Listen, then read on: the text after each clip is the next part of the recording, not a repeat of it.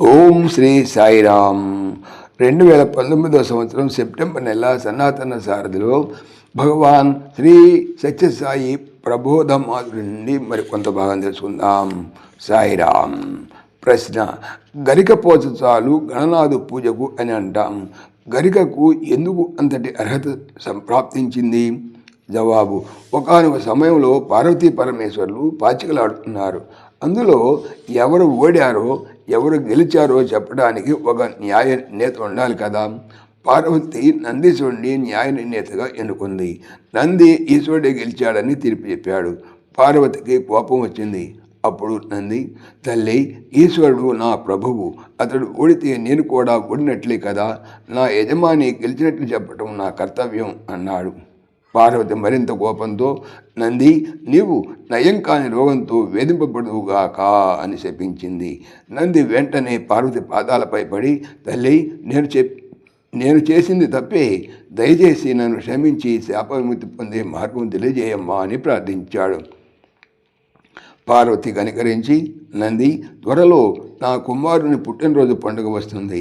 ఆ రోజున నీకు ఇష్టమైన పదార్థమును నా కుమారునికి అర్పితం చేయి. అతని అనుగ్రహముతో నీకు శాప విముక్తి కలుగుతున్నది అన్నది. నంది బాగా ఆలోచించి తనకు ప్రీతికరమైన గరికను వినాయకుడికి అర్పించాడు. నందికి శాప విముక్తి కలిగింది. కనుకనే మనము వినాయక చతుర్థి నాడు గరికతో పూజ చేస్తాము. వినాయక పూజకు అనేకమైనటువంటి పత్రులను ఉపయోగిస్తాము. అవి ఔషధములుగా పూజానంతరం వాడతారు.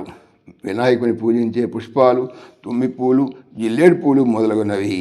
అనగా భగవంతుడు భావప్రియుడే గాని బాహ్యప్రియుడు కాదు అని అర్థము. ప్రశ్న: వినాయక చవితి నాడు భక్తులు ఎటువంటి భక్ష్యములను వేధిస్తారు? జవాబు: వినాయకునికి అర్పించే నైవేద్యం సాత్వికమైనది. వినాయక చవితి నాడు ఉండ్రాలను నైవేద్యం చేస్తారు. వీటిని తైల సంస్కారం లేకుండా ఆవిరితో ఉడికిస్తారు. బియ్యపిండి, బెల్లము, నువ్వులతో కుడుములు చేస్తారు.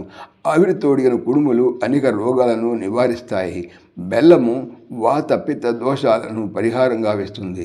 నువ్వులు రక్తాన్ని పరిశుద్ధంగా వేస్తాయి, దృష్టిని అభివృద్ధిపరుస్తాయి. ఆవిరితో ఉడికిన ఆహారం సులభంగా జీర్ణమవుతుంది. ఈ విధంగా ఆరోగ్యాన్ని, ఆనందాన్ని అందించే భక్ష్యములను నైవేద్యముగా సమర్పిస్తాము. ప్రశ్న: వినాయక చవితి అందించు సందేశమేమి? జవాబు: పుట్టుటకు, జీవించుటకు ఏ తల్లిదండ్రులు ఆధారము, వారే జీవిత లక్ష్యమును కూడా ఆధారం అనే సత్యాన్ని వినాయకుడు నిరూపించాడు. మహాభారత రచనకై వ్యాస మహర్షికి లేఖకునిగా వ్యవహరించిన సందర్భమున ఒక మహత్తర కార్యసిద్ధికి అవసరమైతే దేహమునైనా త్యాగం చేయాలనే ఆదర్శము అందించాడు. సాయిరామ్. ఓం శ్రీ సాయిరామ్. ఈ ఛానల్కి సంబంధించినటువంటి పూర్తి సమాచారము డిస్క్రిప్షన్లో చూడవచ్చును. సాయిరామ్.